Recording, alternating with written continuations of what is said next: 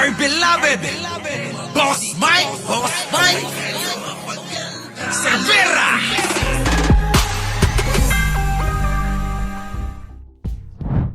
Naipadala na ng Department of Justice sa pamilya Villar ang sa pinakaugnay ng reklamo ng Securities and Exchange Commission laban sa Villar Land Holdings Corp. May ilan pa umano na hindi pa natatanggap o ongoing ang proseso, sabi ni DOJ spokesperson Attorney Polo Martinez. The DOJ will determine if there is merit to the allegations by the SEC. Of course, as a matter of procedure, all respondents will be given an opportunity to present their defenses, ani Martinez. Inireklamo ng SEC ang Villar Land at ilang opisyal dahil sa umano'y market manipulation, insider trading at maling disclosures na nakapekto sa presyo ng shares. Kinasuhan ang Villar Land o dating Golden MV Holdings Inc. sa paglabag sa Sections 24.1 at 26.3 ng Securities Regulation Code dahil sa umano'y maling pahayag at panlilinlang sa investors.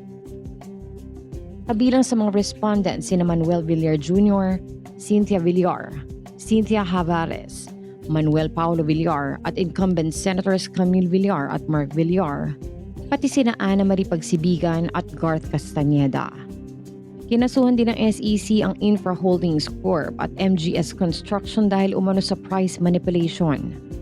Ang kaso ay nag-ugat sa investigasyon ng SEC sa public disclosures at trading activities ng kumpanya. Sa reklamo isinampa ng SEC noong January, inimpluwensyahan umano ng Villar Land ang proseso ng shares at nilito ang mga investors kaugnay ng pagkabalam at paglabas ng audited assets ng kumpanya, kaya nagresulta ito sa pagsirit ng presyo ng shares. Base sa unaudited financial statement ng Villar Land, idineklara nila ang 1.33 trillion assets. Gayunman, nang isagawa ang external audit, lumabas na 35.7 billion pesos lamang ang halaga ng kanilang asset.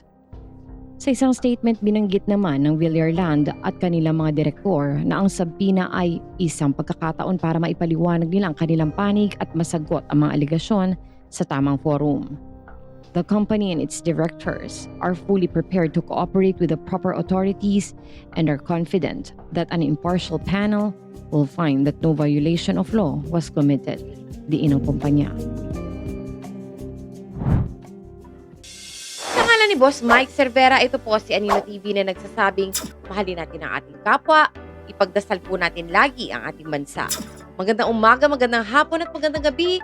Saan man dako ng mundo naroon kayo at syempre, magandang buhay na rin para sa ating lahat. Maraming salamat po. Our beloved